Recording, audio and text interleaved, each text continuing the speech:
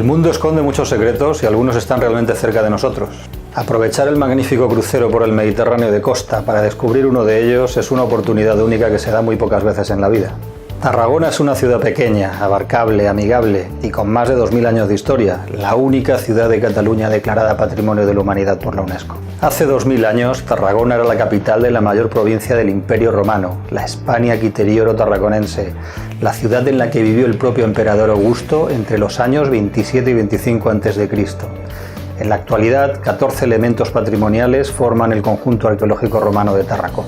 Monumentos inigualables que conviven con la ciudad medieval que se construyó posteriormente.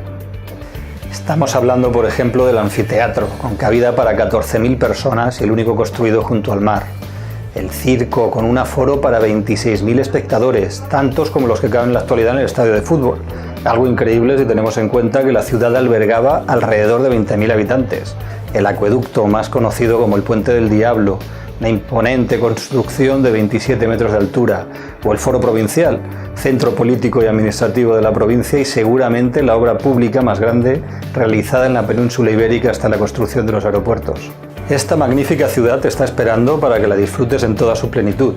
Como ya decía el poeta y orador Lucius Annaeus Florus en el siglo II, el clima mezcla y confunde de manera única todas las estaciones y el año entero parece una eterna primavera. Y por si esto no fuera suficiente, Tarragona es de las pocas ciudades, si no la única, que puede presumir de albergar 3 declaraciones de UNESCO Patrimonio de la Humanidad. A la ya mencionada del conjunto arqueológico romano de Tárraco, otorgado en el año 2000, hay que añadir el Patrimonio Inmaterial de los Castells, de 2010, estas torres humanas imposibles que emocionan a todos los que las ven, y la Dieta Mediterránea de 2013. Porque el Mediterráneo es otro de los elementos indisociables de la ciudad. 15 kilómetros de costa, 10 playas de agua cristalina y arena dorada, 4 de ellas con bandera azul, muestra de la calidad y limpieza de las mismas. Una costa que provee de manjares exquisitos a la ciudad, su gamba roja, su pescado azul con denominación de origen o su romesco, plato típico de los pescadores de Tarragona. Son algunos de los platos típicos que se pueden degustar en el Serrallo, el barrio marinero de la ciudad.